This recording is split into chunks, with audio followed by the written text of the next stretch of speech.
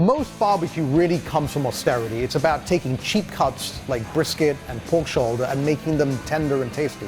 I'm here at Hill Country Barbecue in New York City to try dry age barbecue. Can this possibly be the most expensive barbecue on earth? And can it be worth it? I'm about to find out.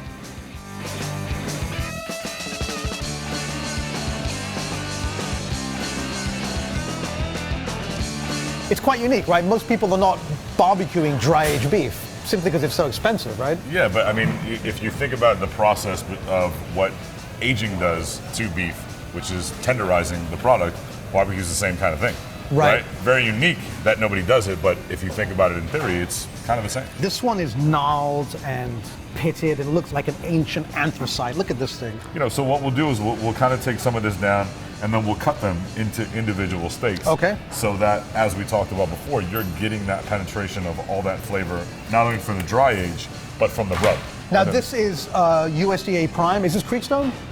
This is Creekstone. Okay, so this is basically the same steaks sold at, I mean, the top restaurants, right? Absolutely. Manetta Tavern, Breslin, Yeah. I mean, all the places that are selling Everywhere. really top-notch beef. Like, he supplies a lot of those places. Absolutely. So this is a steak that you could expect to spend 150, 200 bucks on in a sit-down restaurant in Manhattan. Yes. And this is very much something that speaks to New York eating, because we eat more dry aged beef here than anywhere on earth. So in a way, you're sort of defining the New York style of barbecue. Yeah, I mean, it's like bringing the steakhouse and the barbecue all together. They're developing that good bacteria, that good funk, that good, flavor, and so for us, it's like taking, that dry aging flavor that everybody's used to, that smell, you can still taste that with a little bit of through the smoke. Yeah, through the smoke, a little bit of the smoke, the great flavor of the signature rub, and then, you got what you need.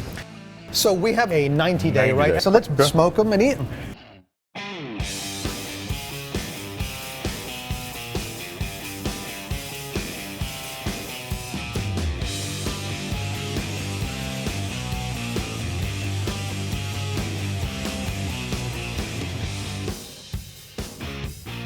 Okay, the moment of truth is right. We have our Uber aging of the 90-day. Here we go.